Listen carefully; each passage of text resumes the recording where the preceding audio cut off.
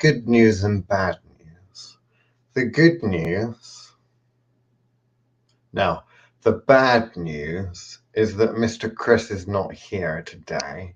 He's on the trip back from London town, so unfortunately he couldn't be with us.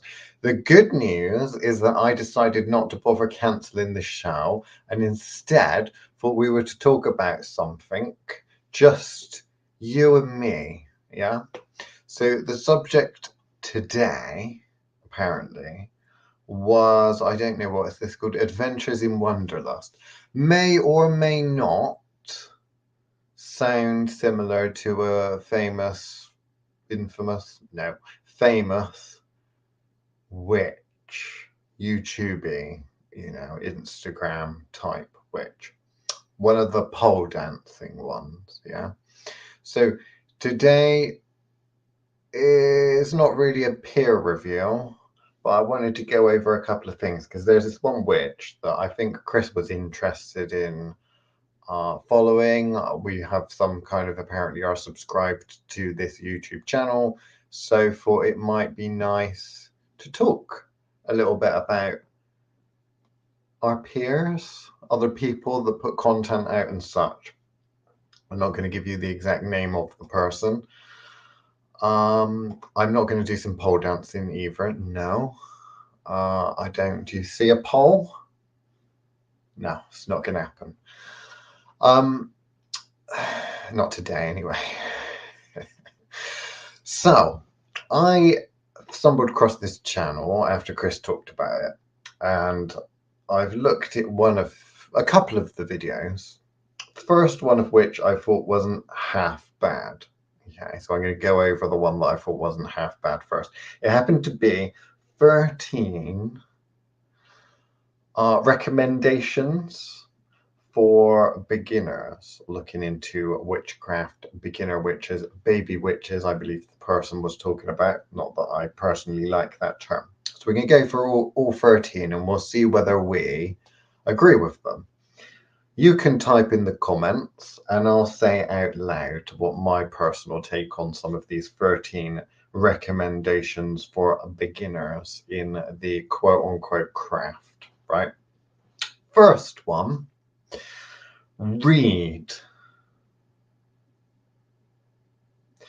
Learn everything. Now, I know what you're saying. You're saying, Liam, you don't tend to give book recommendations, but hear the bitch out, right? She does talk about knowledge being incredibly important. Okay, so you need to learn everything, which you're not going to learn everything by reading it in a book, are you? Because there isn't enough time to do that. Realistically, that would probably be better spent trying to access all of the knowledge of the sum total of your entire existence, every life, past, present, future, all of that, just to kind of organize it. At the end of the day, do we care more about understanding every single thing that's on the internet? Or do we care more about creating, I don't know, algorithms and shit that can turn into something that's super useful, like a search engine? Do we care more about creating a really, really, really fucking efficient magical Google, which we can just pull the information from? Or do we care more about memorizing every single thing just in case we want it in the future? You might say, Liam, you're being a little bit harsh. The actual quote, 70% of a new witch's time should be spent gaining knowledge, specifically through books. The rest, so 30%, if my maths is correct, should be spent doing actual magic.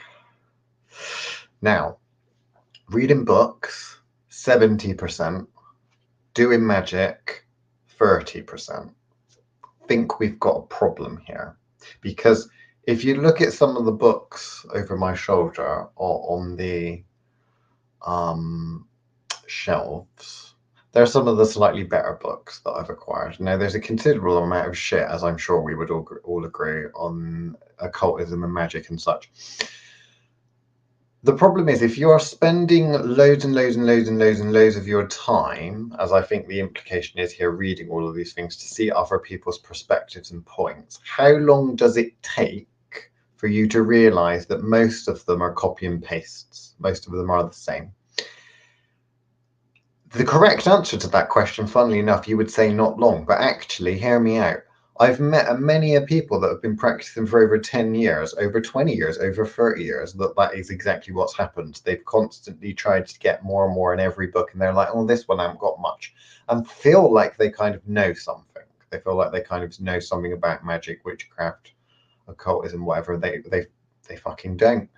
Probably because they've spent 70% of the time just buying and learning from other practitioners without ever having put in any of it to the fucking test. This would be a really big problem for me. For me, it's all about putting things to the test, all about training, actually doing something. Training. If you want to train to be a witch, one has to be a witch. One cannot train to be a witch by learning stuff from a book, potentially crafting. So I would say that first point, I'm putting a big X as a no-no. Deanna, unless you like me, do it, make mistake and learn from it to change it, experiment. Nothing wrong with a little research. Nothing wrong with a little bit of research. But what is one of my favorite things to say, Liam's golden rule? If you spend an hour reading about a magic, you need to spend at the very least an hour doing the fucking magic, doing the fucking thing. If it takes you 7 weeks to read a book, don't spend those 7 weeks reading a book. Spend an hour or two practicing, and then go and get another book that you're going to spend 7 weeks reading. Now, she does make some really, really good points going further on, but the first one I would say no. In my experience, and I know if you're a beginner and you're new, you don't have much experience, so you know no better. In my experience, most of the books are very samey. It's probably better to get a broad book, read through that and try more things, and to try and work out where you stand on all of these things. Don't be a little magpie trying to acquire all of these golden nuggets from all of these books, because the problem is there ain't really many golden nuggets in a lot of these books. And like when you used to do the Pokemon cards, you'd go to the shop, and then you'd want to buy some more Pokemon cards, but you'd find that in the little pack, most of the Pokemon cards you bought from the shop you've already fucking got. What use is that? Second point, or second recommendation, lifestyle. Difficult to keep up with a witch's lifestyle. It can be very difficult to keep up with a witch's lifestyle, potentially, apparently. Of course, depending on what you believe, she says. Personally, what I believe, I don't see, or I believe that what I believe does not impact too much on my lifestyle. Now, she gave points on if you believe in having to do a certain amount of cleansing. So maybe every time you fart, you need to cast a circle and do a cleansing or something like that. I'm sure there's some neo-pagans out there that would probably do that. But belief, lifestyle, I don't know. I always like to think of myself as a very practical kind of guy. So I would think if it's something that I'm doing on a regular basis, if this is taking up time in my life, impacting on my lifestyle, I'm probably going to be doing things that are necessary. If I needed to, every time I felt like I needed to do some sort of energetic cleanse, go and climb a mountain, that would be not a very efficient use of my time. I might do it the once for the hell of it. I might get something from it, a journey, a ritual, an experience. But I should be thinking, wait a minute, if I'm going to need to cleanse, de-stress, whatever on a regular basis, I don't really want the entirety of my practice to rely on having to climb a fucking mountain, whether that be literally physical world or, you know, not symbolically. I would probably make things more efficient. I would probably make things a little bit simpler. I don't want my practice to negatively impact my lifestyle. Therefore, I will change my practice to suit my lifestyle. Other people that copy and paste things from books and such, if they're told they need to do a certain thing in a certain order, in a certain way, they're copy and pasting. Do they really know? You know? What's Mr. Chris say? I'm here in spirit to haunt and heckle. We'd expect no less, would we? But Cunningham is important, Liam. Right, well, I think you're going to need to justify that, but sure. Next point. What do you want out of this? So the witch is saying, what is it that you actually want out of witchcraft? What is it you actually want out of the practice of magic, out of the occult? I would agree with this. I think this is brilliant. This is a fantastic thing to ask yourself, truly and utterly honestly, to sit down and have a talk with yourself. One could look at yourself in a mirror and have a talk with yourself, but I wouldn't do that. I wouldn't want to accidentally start shadow work and forget which side of the mirror I was on. Instead, what I would really suggest, and what me and Chris often do, is when we talk to someone that says they're interested. I'm interested in magic. I'm interested in witchcraft. We ask ourselves, why the fuck are you interested? What is it about it? Magic, witchcraft. Why are you coming to the word witchcraft and not hoodoo, voodoo, you do, I do, something? You know, why is it that word that you have an interest in? And that's very telling. The people that answer something more than, I just kind of feel drawn to it, because just kind of feeling drawn to it is interesting enough in itself. The fact that you're drawn to it. What does that mean? What does that mean? Does that mean that throughout your life, through various stages, you've literally been pulled towards magical practitioners, pulled towards the craft? What does that mean? Does that mean that you've got a little bit of experience, but the only experience you've ever had is when you've been really down, or really struggling, or something crazy is happening in your life or someone, a loved one's life, and the only thing you've had left, the last thing to try, was magic, and you did it and it worked, and so you keep going back to it? Maybe not. Maybe it's just the fact that you like Harry Potter and you think, running around in the woods with a cloak kind of does it for me. You could try other such activities. Dogging might be one for you. But in terms of asking yourself what you care about, I think that's super important.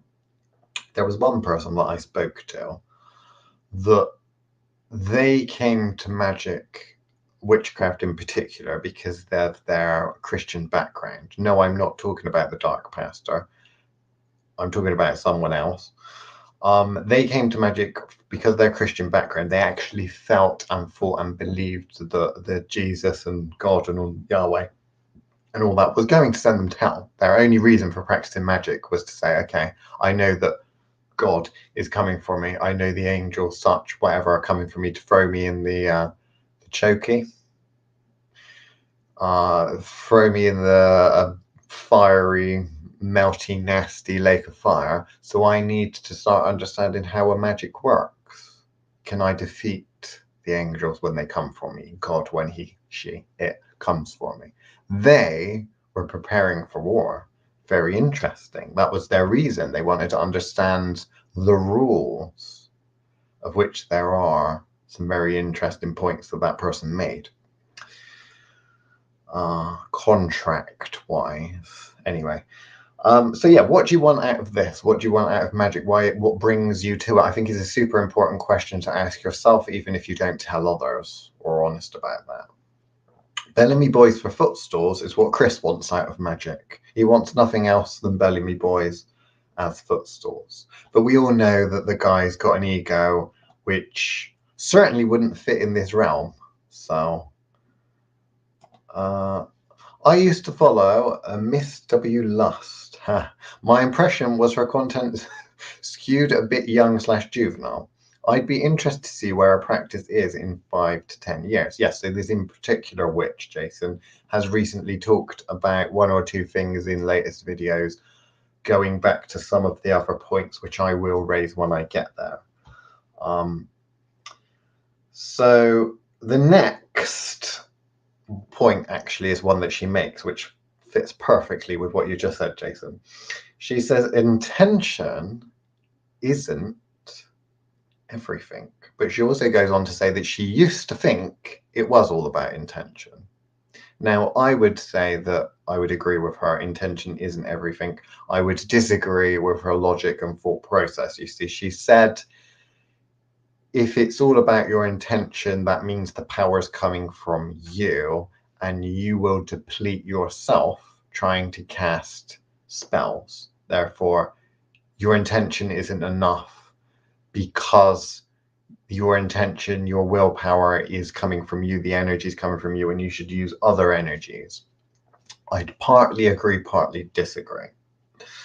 Ultimately, it depends on how much you can lift, right? From a magical perspective, not necessarily physically. Magical perspective. In the physical world, we train to get stronger, to lift stronger, bigger weights and such. In the magical world, beginners, I like to teach them to do the same. We all start off with different abilities in the physical world. We all start off with different abilities in the magical world. Training is super important for this. Intention is not everything, but it's not everything because you are the one providing the energy. It's not everything simply because of the old spiral cast and triangle that we talk about. You know, we talk about intention as being the, I need to actually know what I want. It's really important to kind of roughly know what you want in order to craft a spell, because what are you doing? What is your spell? Can you even label it a money, luck, love, whatever spell? Purely by saying I'm doing a luck spell would imply that you want more luck. So even in order to name the spell or to choose the type of spell you're doing, and bearing in mind a catastrophic chaos random manifestation spell is still a random manifestation spell. You still have the intention of doing, I want to just throw energy and it materialize in some magical form somewhere, and I don't want to know what I'm going to get. These are the sort of people that probably write their own birthday and Christmas cards and send them to themselves because no other fucker is going to send them one. Anyway, the whole intention thing, she does talk about how her thought process has changed over time. I think that's important. If we aren't thinking about and changing and evolving, then we're probably not evolving, are we? Our minds do not change. Are we evolving? Yes and no. Are you evolving in the form of, I was a Christian, now I'm becoming a pagan, now I'm going back to Christianity, I think I might try Judaism, I might go back to Christianity. Is that evolving? Don't know. Is that evolving? Is that not evolving? Are you evolving in terms of, I used to think spell work was all about the intention.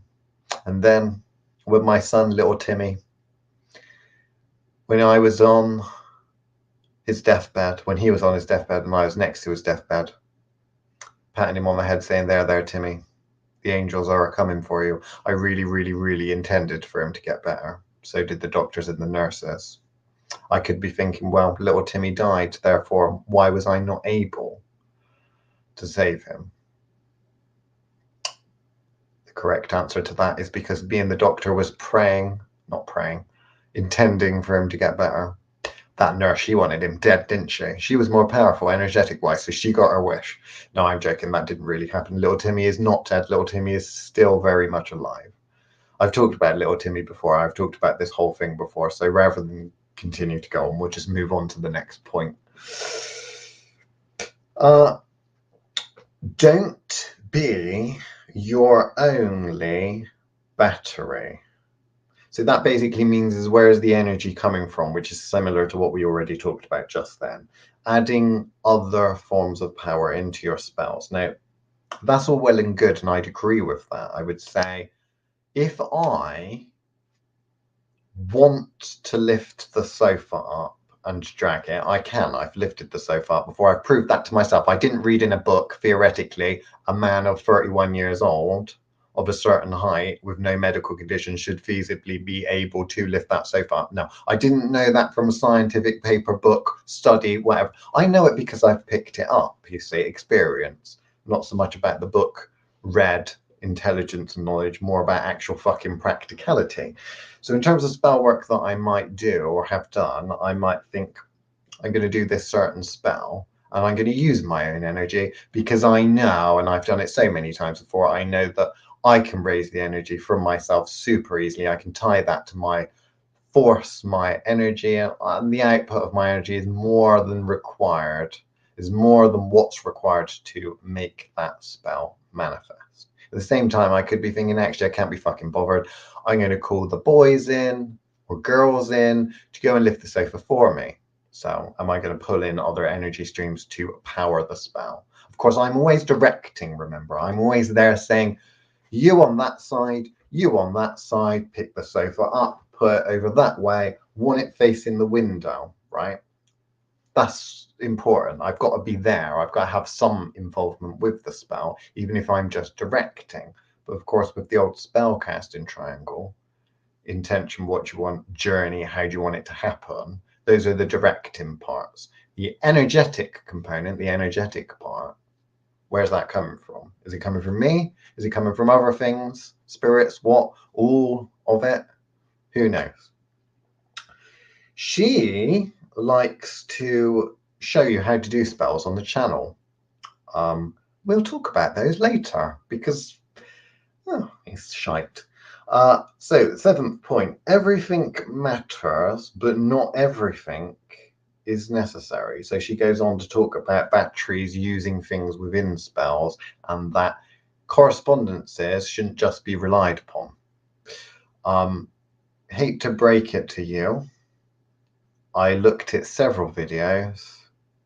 Every single one of them, correspondences are used. There was but one reference during, I think it was the charm bag video, where she and friends and such made charm bags and said, little bit of lavender for that, little bit of this for that. I've already charged it. If you're creating a video to teach someone how to make a fucking charm bag, I think that people generally get the idea that a bunch of stuff goes into a bag. People can figure that out for themselves. The bit that people struggle to figure out, in my experience, is the magical fucking bit. My alarm's telling me to go to bed, but fuck it, I will stay here with you. This is the problem, is that everything matters, but not everything is necessary. She talks about using correspondences to a certain extent, but not using correspondences. But when something comes up, substituting it for something else. She gave a really wonderful point, actually, about if you're making pancakes and you haven't got any eggs, you can actually use banana, mushed up banana instead of eggs, and it still will come out like a pancake. Now, the failure with this is the fact that if you are creating a candle spell by smothering the candle or drilling holes into the candle and pouring little bits of chamomile and such in, where's the magic? You're just putting bits of stuff in or on a candle.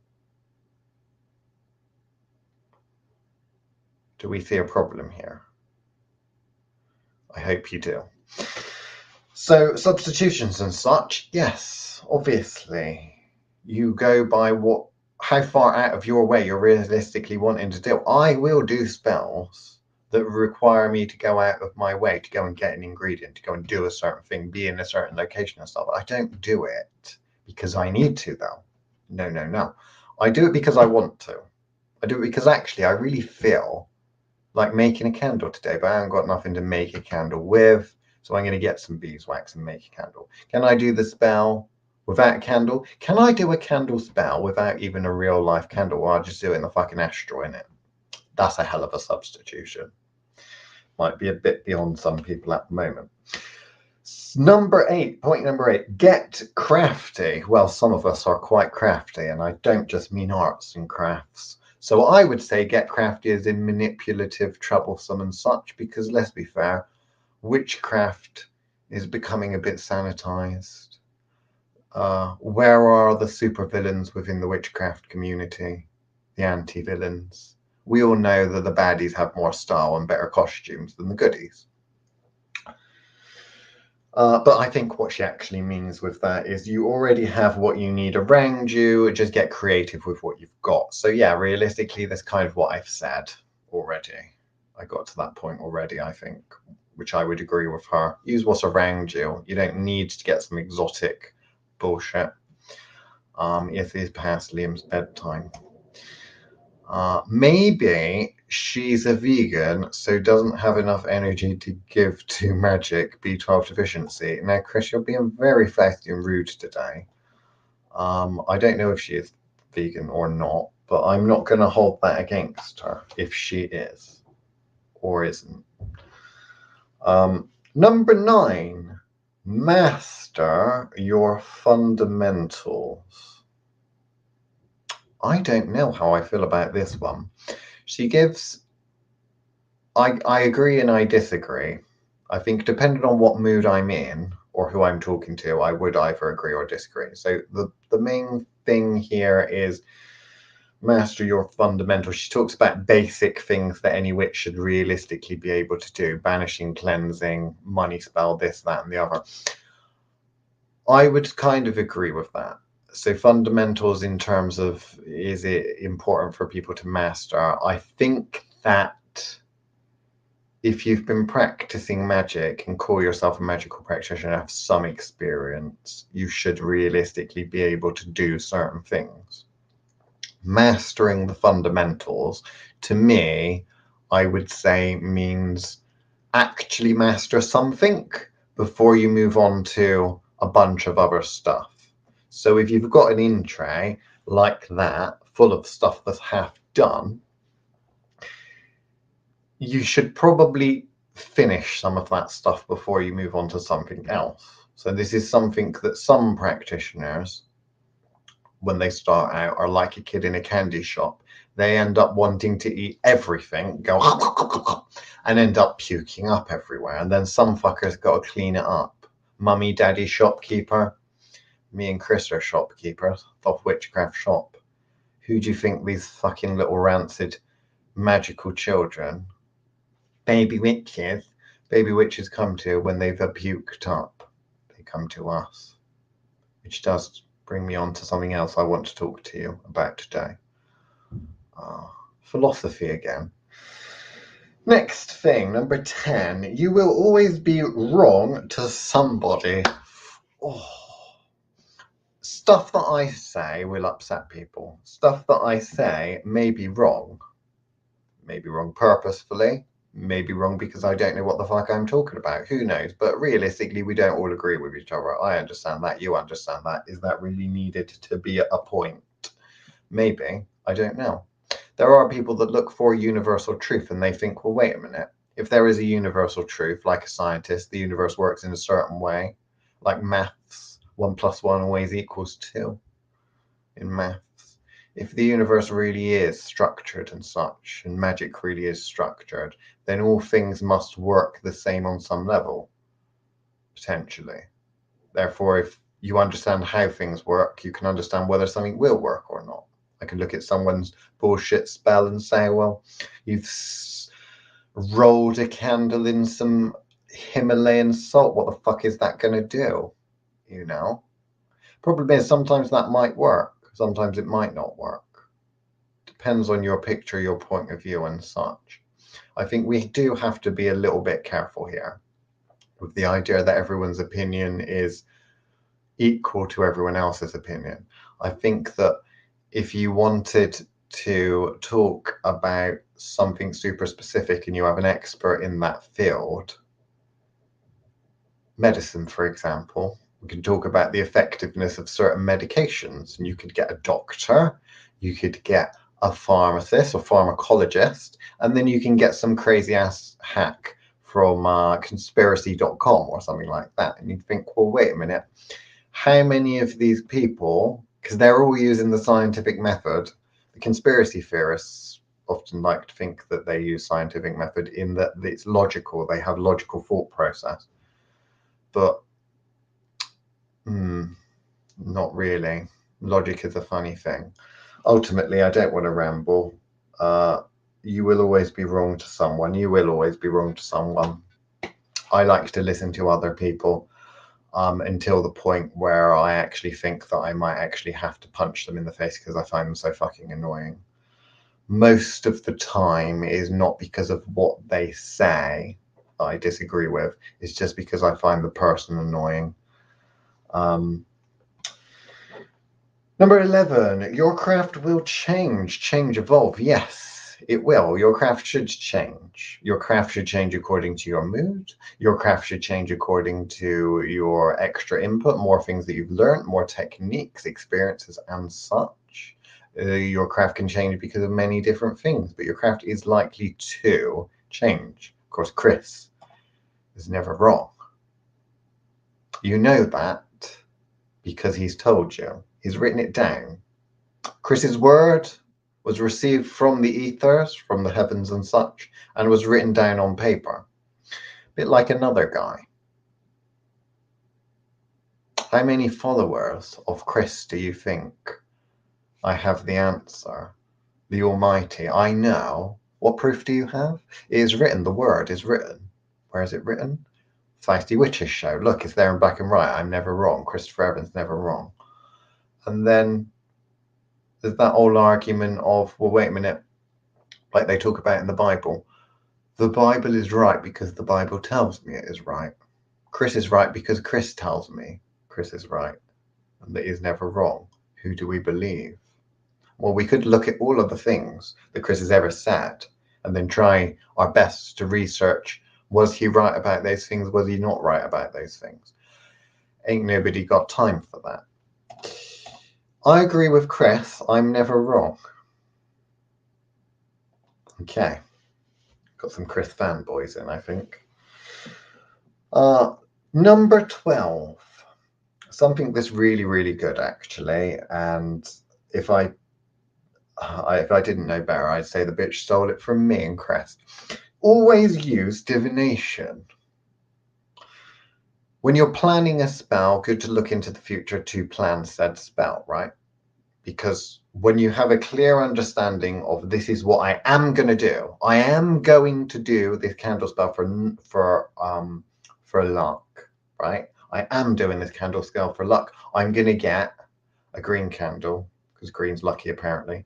I am going to get a lucky rabbit's foot. I'm going to get a hacksaw. I'm going to get a rabbit. I'm going to cut the fucker's foot off. I'm going to stuff it in a candle. I'm going to do that. I've decided I'm going to do that. If I decide I'm going to do that, and I am serious about going to do that, the future should change that is the path in front of me, you would have thought, unless I change my mind. But currently that is the path in front of me because I fucking decided that's what's going to happen. Therefore, how's that going to end up? If that future is set enough, I'm adamant enough, I am actually going to follow through with that. It should be clear enough to see the result of that. Therefore, before I do the spell, but after I've planned the spell, so plan the spell, do the spell. Before that, check to see what happens. Divination will help. One fascinating thing is that pretty much every spell that she's ever put on that fucking YouTube channel and such, all of the ones that I've seen involve no fucking planning whatsoever. No divination. She says using batteries.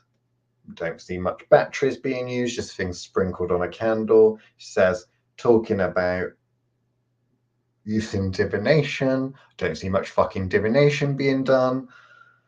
It's all rather good. You see, there are people that say the right things but do not practice what they preach. I wonder if this person could be one of them. So the last point number 13, because 13 is a cool number, isn't it? Lucky, unlucky, I don't know, magical. 13 ghosts of Scooby-Doo. Write everything down, she says. Personally, I ain't got time for that, writing everything down. I write down the stuff that I probably am going to forget. This is really important. Quantities and such, maths, I'm not really good with that. I will write down a recipe for something. I don't know, herbal tonic or something like that, I might write that down because I'll think, I kind of remember that was in it. I kind of remember that was in it. Ultimately, realistically, how much do you need to write down? That's going to depend on the person.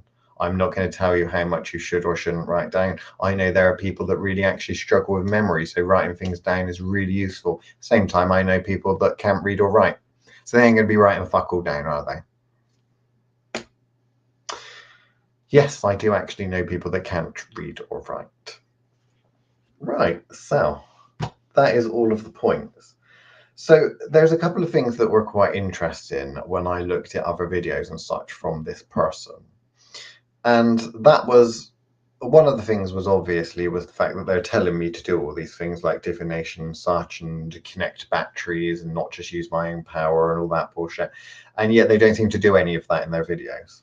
So you watch the video that's talking about always use divination before you cast a spell. And then you go on to the how to cast a spell video, how to make a secret candle spell. There's no divination. There's no linking to batteries. All there is, quite literally, you can quote me on this, is get a soy candle, get a toothpick, dig it out, and put a bunch of correspondences in, and then get the soy that you've dug out, pop it on top, and use a hairdryer or a candle to go. Not practicing what you preach, not giving clear instruction, because you've literally just said, in order to make that what the fuck is a secret candle spell? Okay, what is a secret candle spell? The understanding of a secret candle spell from this person's perspective is, I'm going to go and buy a somewhat nice fancy candle from a boutique store, but I want to make it magical so I can put it on my, I think they actually use this term, put it on their desk at work and no one realize it's a spell. So what am I going to do to make it a secret candle? Well, it needs to look like a normal candle. I know you or I would be thinking that's a somewhat normal candle. I know if I start witching it up and started turning it into something like this, stuffing crystals and shite in it, takes away from the kind of camouflage, doesn't it? It takes away from the fact that on a lineup of candles, which one's the magical one? Could it be the one with all the jewel-encrusted shite that's poking out of it? But there we go. My idea of a secret candle spell would be, let's make a spell in a candle, but that you would never know that the candle is magical. Not, let's fill a candle full of herbs and shit. But there we go. I digress. The idea of the magical candle apparently is to create a magic candle spell that you can burn, and other people around you do not know that it is a magical spell. Deanna, is she Wiccan? I do not know. I could not bring myself to do much more research than what I already did.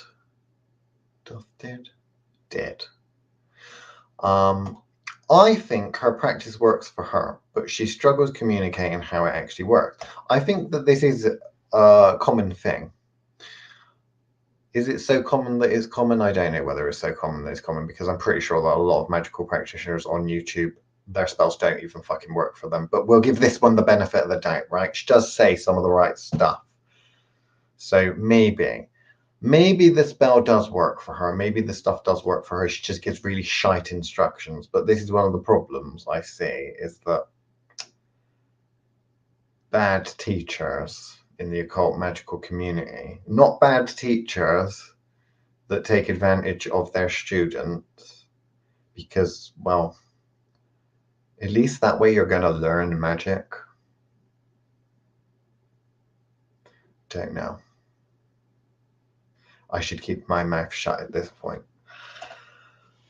She's a good example of what we often deal with, to be honest. Yes, she's a good example of what we deal with, to be honest. So, going about creating a spell or something like that, no real instructions for it other than the physical stuff. What does every single fucking spell book say? teach you. It teaches you the physical components. It does not teach you the magical components. I think that if she was to produce a spell, or people are to produce spells, they should talk about how you do the fucking magic bit. Yes, the fucking magic bit. The fucking magic bit. Liam Bryant, finish some of your projects before moving on to others. Every ADHD witch watching this nervously looks at huge as unfinished task.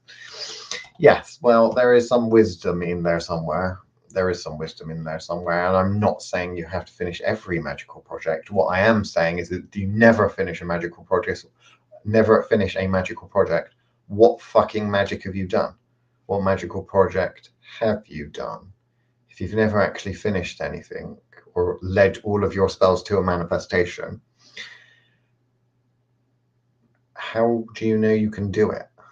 And why aren't you doing it? ADHD is a super magical thing, can be a super magical thing. Mr. Chris would call this person post-Wiccan. Interesting. So, there's something that I needed to address as a person, because she brought up a very good point. I think she kind of covered it a little bit, which was along the lines of you will always be wrong to somebody. Point number 10. It's got me thinking. She talked about a very famous quote. If you hate a person, you hate something in him or her or them or it. That is part of yourself. What isn't part of yourselves doesn't disturb us. What isn't part of ourselves doesn't disturb us. Fascinating concept. What bothers me, obviously, I talk quite heated about fucking idiots, people that don't know magic. Does that mean that I myself do not know magic and I'm frustrated at other idiots because they don't know magic? I don't know magic. It's very difficult, kind of strangely convoluted. But the idea, if I read the quote again, if you hate a person, and people seem to feel that I'm full of hatred, and Chris is full of hatred at the general magical community, you hate something in him, her, it, whatever, another person, that is part of yourself. What isn't part of ourselves don't disturb us. Interesting. I'm very pleased that I have planned and organized everything for my curse tonight so I can follow it through smoothly, first time ever. Brilliant. Well done. So this idea of reflecting and thinking about what irks us, what bothers us, I think is generally worth it. And one of the common things, or one of the common things that people say is that why me, Chris, and various other people in the community look down on others. Magical practitioners and stuff, instead of supporting the community. We do, to a certain extent, do this show, The Fausty Witches, because it's comedy.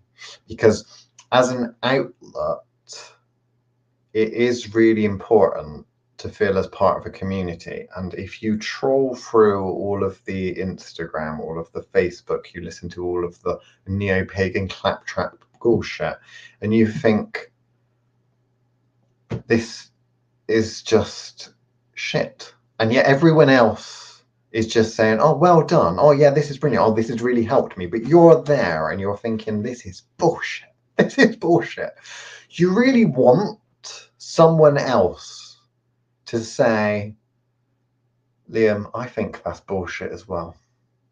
This is what the Fausty Witches, No Holds Bar Witchcraft podcast, to a certain extent as well, is about. It's about, yes, you are not on your own. There are other people out there that practice magic, that think a lot of the mainstream magic that goes to the top of the TikTok, goes to the top of the algorithms, if that's how you describe it, is absolute shite. And this is what we try to discuss. This is what we try to talk about. And whenever we talk about something that we care about, we can be passionate about it. We can shout and be rather rude. Some people have dark senses of humor, you know, and dark humor is a lot like food and water. Not everyone gets it, right? In terms of, you know, yes, and that was a joke, yes. in terms of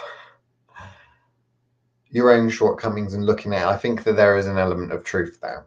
I had a little look on the Quora, right, for answers to this question. Someone put something quite interesting about justifying it. I believe so, but I think this observation can be deceptive. For example, many reply by noting, e.g., they hate murderers, but they themselves are not murderers.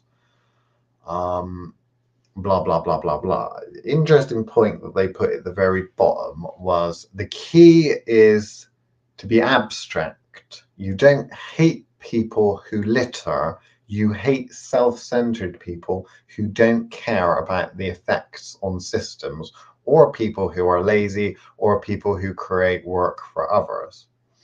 So it's got me thinking. I tried to put that into some sort of context to mull it over and think about. And I went for the littering. Do I hate people that litter? I do hate people that litter. It irks me. I'm driving down on the motorway and I've seen people throw things out of vans and cars onto the side of the road, and I actually think there's enough energy that could produce a half decent jinx or curse on that person. Do I do that? Sometimes. Not all the time.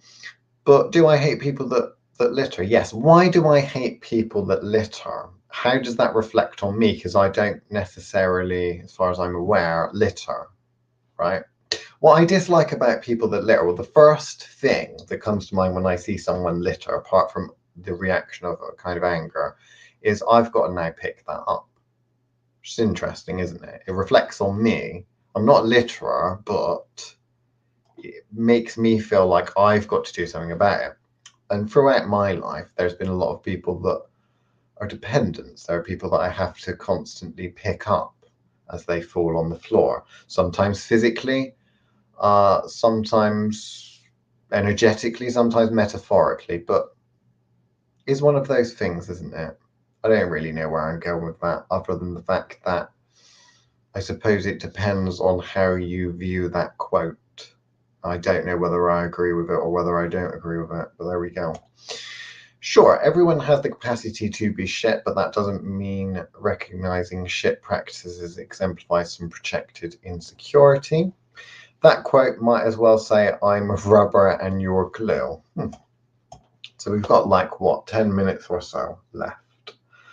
So with the 10 minutes or so that's left, why don't we try a little bit to put out there some of the knowledge and stuff that might be missing. We can start an interesting conversation. I found a button on my chair incidentally that unlocks it, which means I can do that now. Isn't that cool? I've had this chair for quite literally years, and I didn't realize the little locking feature underneath it until I accidentally switched it and led back and thought I was actually falling through time and space in slow motion. But there we go. So I have a little spell kit here. Have a crappy day. Okay, a little tip. Sort of spell kits and such that you might get online might contain a little candle with some herbs and shit like that. But they tell you to, sprinkle the herbs on the candle, think about what you want, charge the candle, all that kind of stuff. I got me thinking, how can we make this super simple, right? How can we make this super simple? Liam, you are literally fabulous. I'm going to take that as a positive. Thank you. What would be a really simple have a crappy day spell? Now, the have a crappy day spell, from my perspective, it needs to be so simple that once someone bought this from the Thoth Witchcraft shop, they would open it and think, fuck, why have I wasted my money on that? I've got that at home already. That is one of the most perfect lessons, I think, for any fucking spell kit to teach, is that they really, really need to get the point across of that, bitch, you've just wasted your money. Which basically means that if you are buying a spell kit, what you're really doing is you're buying the instructions, you're buying the magical part. Because a lot of people will think, like mundanes, will buy a spell kit because they think the candle in it is somehow magical. the candle in it, the herbs in it are magical, or something like that. They think it's like chemistry, and you've got to add a little bit of this, a little bit of that, a little bit of this, like one of those science kits that you buy as a kid, and it shows you the instructions and it gives you the chemicals and it tells you what order to put it all in, and it froths up and makes a fucking volcano or some shit, right? Magic isn't really like that. Modern practitioners, and we really aren't necessarily even talking about modern, because the Egyptians used to do this sort of shit. We, as magical practitioners, the genuine ones, and then also the fake con artist ones, find that actually we can charge money for shit. Other people, if we hide our magical secrets, we can charge money, because other fuckers can't do it, and some of them can do it, but not very well. So we kind of think, well, we'll do some of the work and we'll just produce the bomb and let you light the fuse at home. For me, and for the spell kits and stuff that we always designed in our shop and for events and stuff, it was never about that.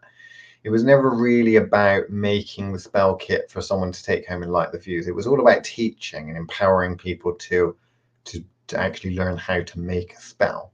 Okay, so with my crappy day spell kit, what could be better? Because I could fill it with all sorts of shit, couldn't I? But what could be better than just a simple piece of rope? Because after all, what is more simple than a shoelace or a bit of string or something like that, right? And also, if you've got a bit of string on a table or in a drawer, what a fucker is going to be going up to you and saying, bitch, you as a witch, burn you, right? If you've got all this jazz shit, you know, like all that crap behind me, skulls and shit, they're probably going to think you've got a bit witchy and a bit weird, right? But we want to, you know, be able to hide our magic. We want to be able to take everyday objects and such and like do magical shit with everyday stuff, right? Now, the Witch of Wonderlust has a not magic video where she teaches you how to do a not spell. I've done not spell magic video, at least one, talking a little bit about the history of not magic and, you know, Tutankhamun's tomb and all that sort of jazz. But in terms of practicing your own magical abilities and such, we get the concept, don't we, of you tie a fucking knot in a bit of string, right? And they talk about not one, my spell is just fucking done, right? Because they talk about, oh, well, you've got to do 9 knots. Not one, my spell's done. And when you look at the knot, you've got to look at the person, look through. I'm going to do a spell on myself because I'm looking at myself. Look through and not through and look at the person through. Oh, yes. Oh, shit. I'm going to have to do it again. Oh, unknot the spell, right? What do the instructions say? Yeah, look at the person. Right, look through at the person. Where is it? Got to line up with the old eyeball, haven't I? There we go. Oh, it's weird doing this. Oh, there it is. I've knotted myself. Does that mean I'm going to have a stitch now? I hope not. Better undo it, don't I? Basically, you get the gist, don't you? Silly little fucking rhyme. Silly little bit of string. You get the idea of a symbolic knot tying something, or you're undoing something, or anything like that. But how the fuck do we actually do it? How do we do the magic bit? I could tell you, but I could get you also to sign up for a ridiculous like £50 a month or however much it is mentoring on Thoth Witchcraft Patreon, which you can also get for like £3 something. So, you know. But I am going to give a little bit of something away. And that is not, don't worry, it's not all about the intention bullshit. It's going to be about you, about your interaction with the materials and the things that you're working with.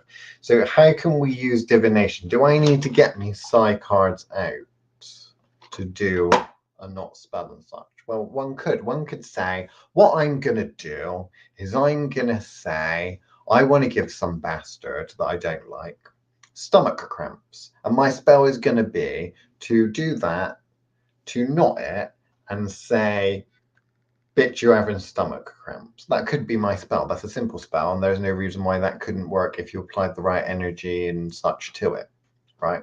if I decide that I'm going to do that spell, what I could do is I could say, okay, I've decided that that is the spell I'm going to do.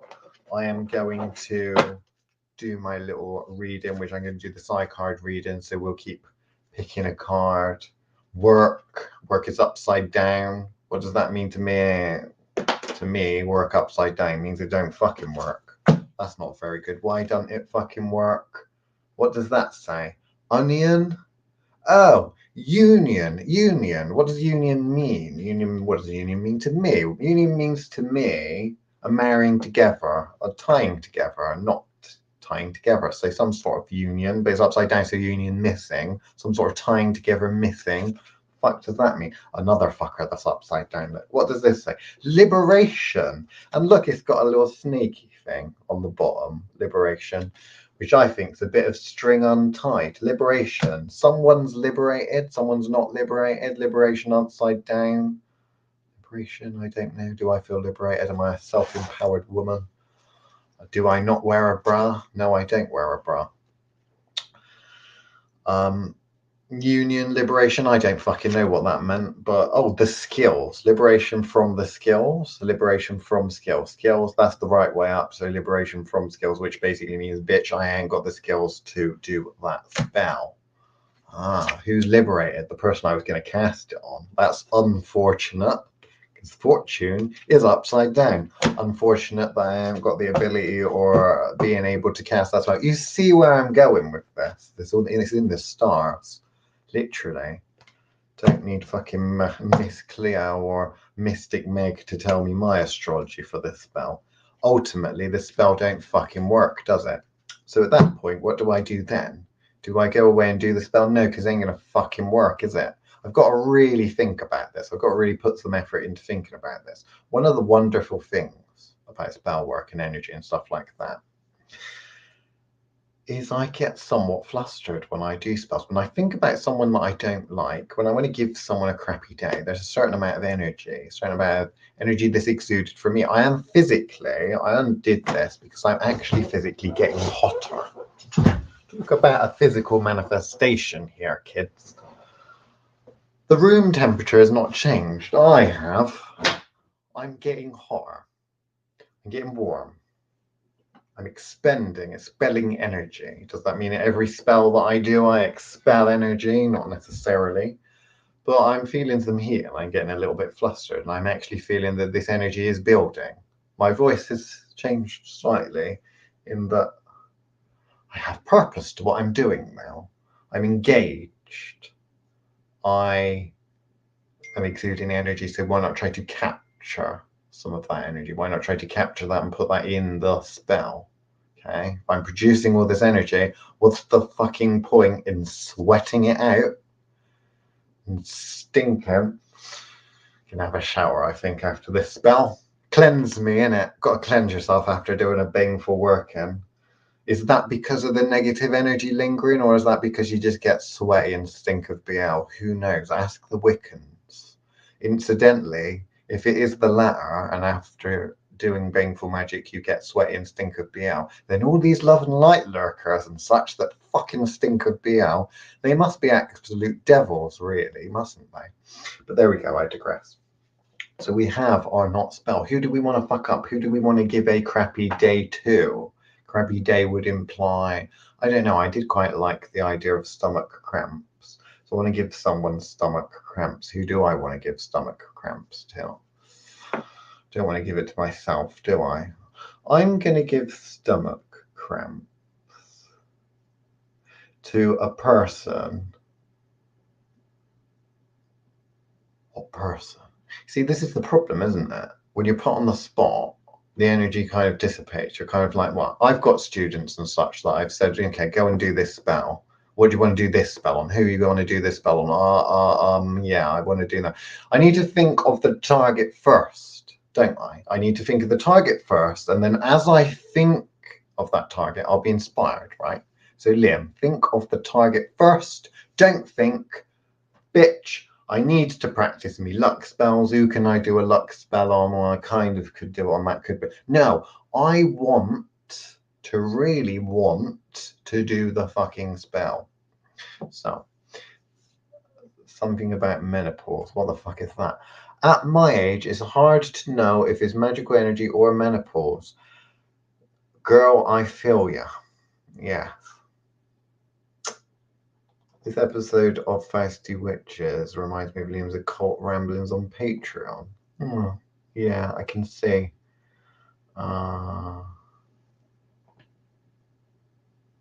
Fausty isn't the same without him. Presuming they mean Cress. Okay, anyway, we need to cast a spell on someone because I'm vastly running out of time. In fact, I've gone over. But essentially, with my spell work, I like to fiddle with it. I know I'm going to do a not spell. What sort of not spell do I want to do? I really need to think of someone I want to give a crappy day to. But realistically, I don't want to give a crappy day to anyone. I really have many enemies. Now, another important point. If I bought this little tin that says crappy day spell on it, could I take this little black maleficent rope and do a nice spell for someone? But the tin and the spell kit was a bad spell. Can I not just transmute it and use it? It's a bit of fucking rope at the end of the day, and I could do it for whatever the fuck I want. So instead, I want to do something nice. I want to do a nice spell for someone that I share the same name with. Okay. We'll do a spell for another Liam. Another Liam who... this Liam's got... let's say this Liam's got an issue. I'm not going to say what that issue is, but the Liam's got an issue at work. Okay. And what we need to do, I think, is there needs to be a journey, a motion set to get this Liam on the right track at work. Okay, so we're going to get him on the right track at work. I'm not going to tell you, okay, what we're trying to do to Liam. Although he's probably not watching, but I think it would be rude. But I am going to take you through my process. So I'm going to be thinking first about the person. I want to connect to the person. How do I connect to the person, magically speaking? If you're a complete beginner, look no further than actually thinking about the fucking person. You want to make everything that you're thinking about the person. You want to actually, I like to fumble through the rope, feel the rope, and think about the person. I want to make sure that there aren't any random people entering my head. I'm just focusing on that one person. I'm thinking about the issue that they've got as well, which is the issue that I'm not going to tell you. I'm thinking about the issue that they have, and I know that I'm using the spell of some description, not spell of some description. I kind of want to think about, well, wait a minute, what do I want from them to happen? Now, there is something that's very nasty that could fix the issue with this Liam, but I don't want a nasty thing to happen. Someone could give them something, okay, and that thing could potentially help the situation, or that thing could not help the situation. But either way, it's going to be one of those things that's going to be uncomfortable. It's going to be creepy and that kind of thing. So realistically, what I want is I want this to happen organically, to happen naturally. I want the manifestation to come to this person for the thing that is going to help them with their job, right? How the fuck do I put that in a piece of string? Well, symbolically, what do I think about in terms of that manifesting in their life? Do I want to do one knot? Do I want to do a series of knots, like a story? So do I say, okay, step one on the story, Liam is going to find this person. Yeah, we're going to find this person. Who's this person? Or this person that can help with this problem, blah, blah, blah. Okay, we've got that. We've got that in our spell. Next thing. Okay, the person is going to give Liam this thing that is going to be able to help him with his work, blah, blah, blah. We go on and on and on with the story. So we've got a little story. What we don't want is a stupid little rhyme that says not one for this, and I can't remember what fucking how many knots I've tied, so I got to stop and go back and count them like a bunch of fucking rosemary beads. There's a story kind of thing, which for the story thing with this kind of makes sense because it is a story. We're trying to help with an issue. Now, here's the thing. I know we need a knot for each chapter of the story, let's say. So with each chapter of the story, we're going to tie a knot. But are we just willy-nilly tying a knot? No, I don't think we're willy-nilly tying a knot. We're only tying a knot, or let's say only tightening a knot, when we're sure, when we are sure about the story, okay, when we're sure about what's happening. So what I'm going to do is I'm going to say, yes, there is. I know that I'm going to do this spell on Liam, this Liam. So I know that for a fucking fact, because it's basically all I've been thinking about. So I'm going to tie that as a tight knot, okay? Because that's a sure thing. I know that the spell's going to be on him. Next thing, what do I want my spell to be about? I want it to be about this specific thing. I know that he's got a problem, and as I'm talking about this, I'm tying the knot. Do you have to tie the knot whilst you're thinking about it? Well, no, not necessarily, but I quite like the idea of, as I'm talking to about and thinking about the specific situation, and it's not tight yet, I know that I can play about with it. Boom, boom, boom, boom, boom, boom, like a little heart. Boom, boom, boom, boom, boom, boom. And I know that, do I understand this situation? Do I understand what's actually going on? Like, I think that I can fix, I think I know what the problem is with him and his job and work and that. But do I know that? I don't know that. I need to check my ego at the door, and I need to think, let's check. Does this Liam know what that Liam's problem is? Mother. Funnily enough, that is one of the problems. That is not the problem I was thinking about, but that is really actually added a whole dimension to that spell. What else am I forgetting? The cave. Okay, well that makes sense. And anything else? The Fool. Okay, so that makes sense. Makes sense to me, might not make sense to you. Won't make sense to you. Peace. So ultimately we have a couple of things that are spring to mind. We have the Mother, which is an aspect I never actually thought about or considered. We've got the cave, which was actually the original thing that I was thinking was the basic, the crux of the matter, the main point that is going to fix the situation. We've got the Fool, which, let's be fair, he's a bit of a fool, so that's kind of representing him at that point. And then we've got Peace, which for me, Peace is like, well, eventually it all works out, doesn't it? So I know that with my knot, going back to my knot that is not pulled, I know that there's an extra aspect to this. So we have the original thing that I thought would fix the situation, but there's actually a relationship issue also with it. It happens to be the guy's mother, right? Which is great. But that could have meant family in general, but it is just great they came up with mother, because actually that is probably a big part. So I know, and I've got it right in my mind, that I'm comfortable with the issue at hand. So the first knot is for who we're working on. The second knot is their issue. I know what their issue is now, so I'm going to pull it because I'm confident with that. If there, for any reason, I thought, oh, I'm not too sure about this, I haven't thought about this, that, and the other, I'm going to go back and I'm going to loosen it, and I'm still going to play again, get me tarot cards, blah, blah, blah, blah, blah, but I'm pretty certain I know what the problem is.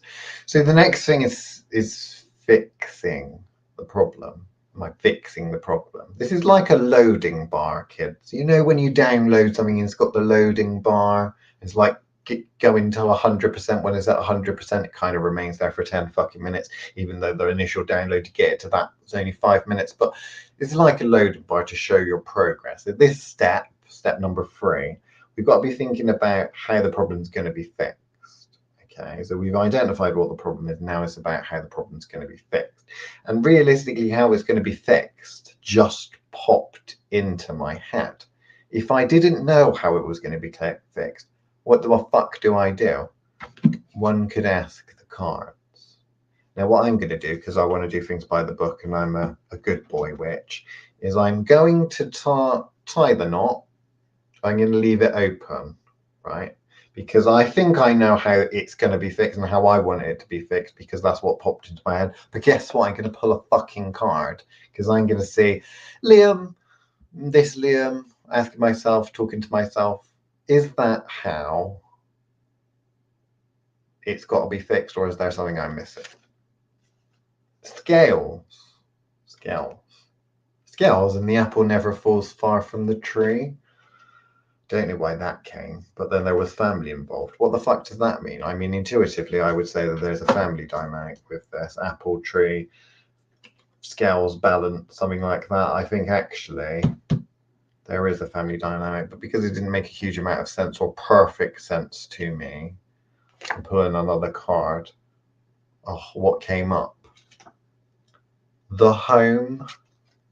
Right, so family is involved, hence the mother. I think the mother family has the body. Well, yeah, because it's biological, medical, isn't it? And the tower. So I'm looking at this, the beast. Right, okay. Interesting. It's fascinating. And the wheel. Now, right, okay. So this now card, I'm actually taking it as, right, I need to stop pulling the cards.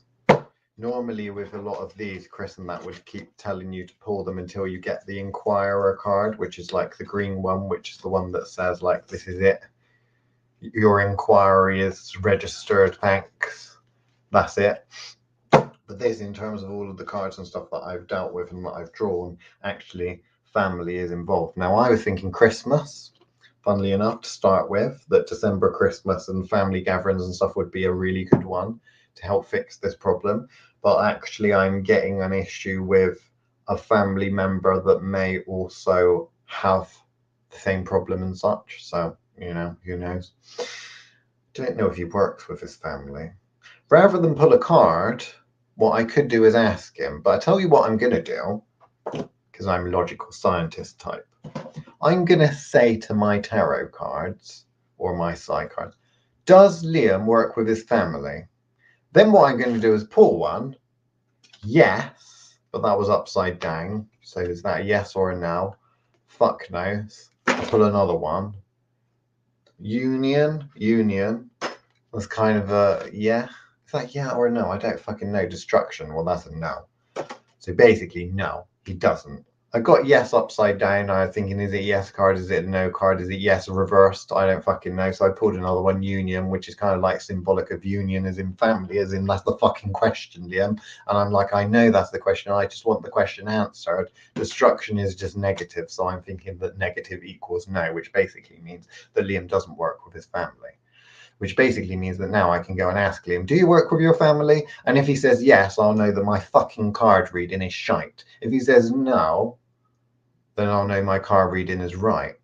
If he lies and says yes, or lies, then who knows? Was it my card reading? Was it him? Is he a lying, deceitful prick? Anyway, we've gotten to the stage where I am sure and confident that this is going to be a December thing. So I know that I'm adding this to December as the time this gets done. Yeah, it's going to be the time in which it gets done. What next? Well, now we have the fixing of the issue at hand. So with this, I actually see it as a gift. The gift from a person, potentially family, is actually going to fix the problem, i.e. someone's going to give him a gift that is going to fix this work situation. I know in my mind what that gift will be. I'm just not telling you. So I know what that gift is, so I'll just pull another knot because I know what the gift is and I know they will fix it. Done. Right? So we know we're up until knowing that this gift is going to fix the situation. Now, obviously, what do we need to happen in the journey? Well, Liam needs to get the gift. He needs to receive the gift. He needs to be given the gift. Where does the magic take hold there? Are we going to do a manifestation for this specific item thing to be manifested in Liam's life, or realistically, are we doing some sort of manipulation? Are we manipulating a family member or something like that to give him that gift? Me personally, I would say most people will probably just go for, I want to manifest. I want to manifest this in his life. And it's going to happen, as we've told you already, in Christmas, blah, blah, blah.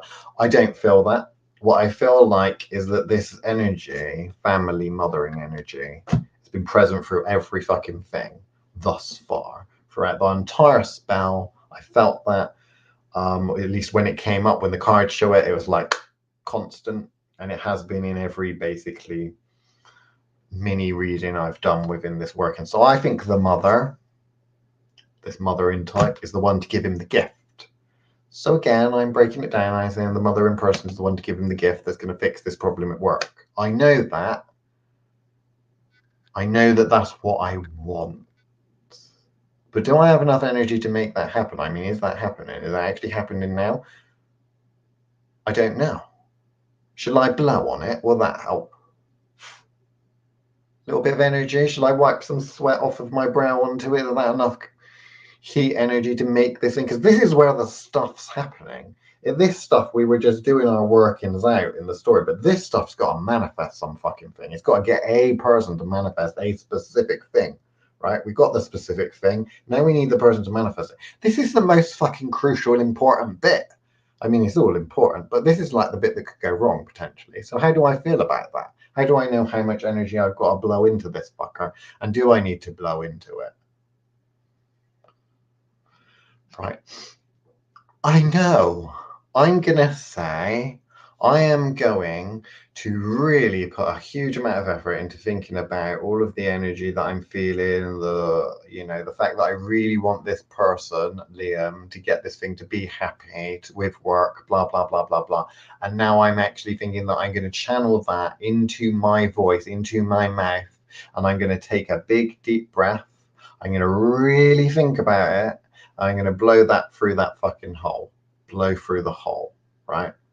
I'm going to say, so I'm going to actually do that and pull it, right? Okay, so we pulled the little knot and it's there, isn't it? Now, what do we do there? Do we say, yeah, that's it, our spell's working? No, we don't fucking do that. We're going to actually ask the cards now. I'm going to say, did that fucking work? Did that work, or did I just like an idiot on a live stream? The warrior is me, because, I mean, warriors actually do stuff, right? And I'm doing stuff. Liam ain't a warrior in this situation, not the other Liam anyway. He ain't done fuck all about this situation. The warrior is me. Okay, so me, work. I'm doing the work. Yeah, I know that. I'm in the middle of a fucking spell. Not even getting paid.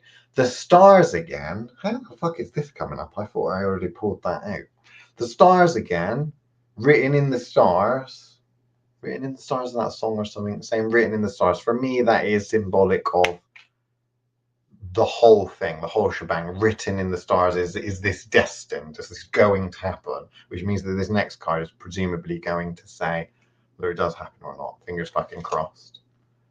Fortune. Fortune? Oh, come on, fortune's good. That means that me blowing on a bit of fucking strings meant that this fucker's gonna manifest according to the cards, right? Is that right? Is that right? Do I need a clarification? Do I need to get a fucking pendant out or something? No, I'll just ask another card. Am I sure? Am I sure about that? You better not be lying to me, bitchy cards. You've lied to me before. The skills. The skills. I've got the skills. Or are the skills missing? At this point, people pull more and more cards and start to second guess. You see? They start to second guess. They're like, is that right? I mean, it says it's right. It says it's going to work, but is it going to fucking work? I don't fucking know when it's going to work. At this point, I would say, I take that. I'm going to plop it over there. I'm going to go have a nice cup of tea. I'm going to put my feet up, watch Netflix, chill, and then I'm going to come back to it tomorrow. Because when I come back to it tomorrow, fresh eyes, I can pick my rope up. I know what me knots mean. I'm going to take this knot, and I'm going to do another reading. So I could come back and I could do my other reading tomorrow with fresh eyes, because I'm overly invested in this fucking thing. I kind of feel tired, and we were supposed to finish this 19 minutes ago. So I'm going to leave my spell incomplete, but kind of complete, and I'm going to come back to it on another video and see how it goes. Incidentally, there's the bit of string. I'm going to put it somewhere safe. Where am I going to put it somewhere safe? I'm going to put it in the have a crappy day tin. Who would have thought that a really nice spell to manifest someone a Christmas present that's going to mean that their job is going to be brilliant for all of next year and such would be in a have a crappy day tin? I can hear the Wiccans already saying, but if you put it in the tin, well, that does make it a bad spell. It's a tin. It says something on it. It ain't fucking empowered. It's a fucking tin. Do I really feel? I'll ask the fucking cards. Will the tin, because it has a crappy day on it, does that really mean that it's going to negatively affect my spell? Well, we've got liberation. Liberation was good for me and a bit of string. So ultimately, I'd consider that to be good. Shall I pull another one?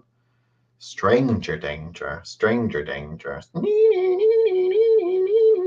Stranger danger with an open door. Ultimately, I personally have got no problems with it. I've got no qualms with it. It's not like I got a 9 of swords or something equivalent from the thingy. I'm happy to put in that tin until next time. What is it they say? Bye, yo. Bye, y'all. Bye, y'all. Goodbye, everyone.